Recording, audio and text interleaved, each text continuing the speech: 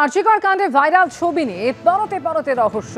আরজিকর মেডিকেলের সেমিনার রুমে ওরা কারা, এই প্রশ্নই উঠছে। তার কারণ লালবাজারের তরফ থেকে যে দাবি করা হচ্ছে এই লাল জামা ব্যক্তির পরিচয় সম্পর্কে, তার সঙ্গে আইএমের দাবি কিন্তু সম্পূর্ণ আলাদা।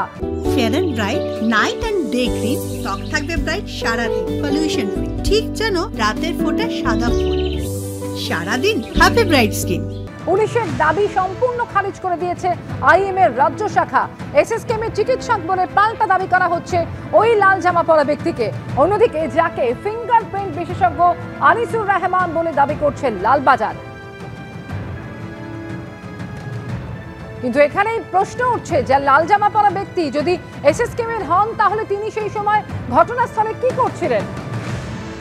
যদিও লাল জামা পরা ব্যক্তি অভিক দে নয়, তিনি আনিসুর রহমান বলে পাল্টা দাবি করা হচ্ছে পুলিশের তরফে, যিনি কলকাতা পুলিশের গোয়েন্দা পুলিশের ফিঙ্গারপ্রিন্ট বিশেষজ্ঞ বলেও দাবি লালবাজারের।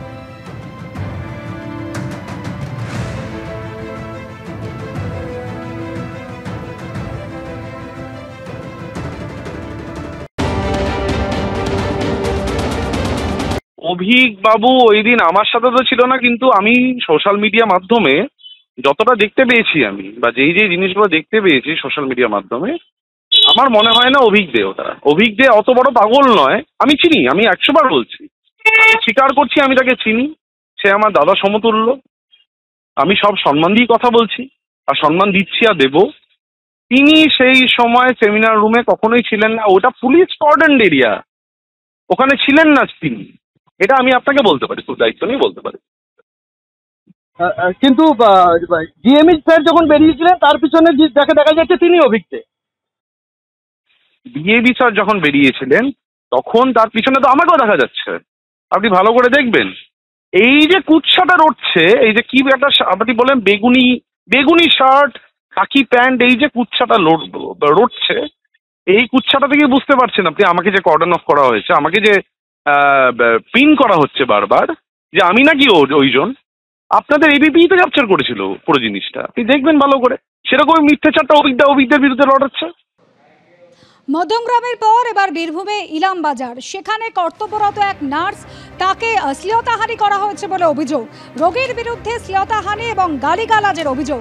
ইতিমধ্যে অভিযুক্তকে গ্রেপ্তার করেছে ইলামবাজার থানা পুলিশ। তবে এরপরেই নিরাপত্তার দাবিতে সরব হয়েছেন চিকিৎসক, নার্স এবং স্বাস্থ্যকর্মীরা। এমনকি নিরাপত্তা না পেলে কাজ বন্ধের হুঁশিয়ারি পর্যন্ত দিয়েছেন তারা।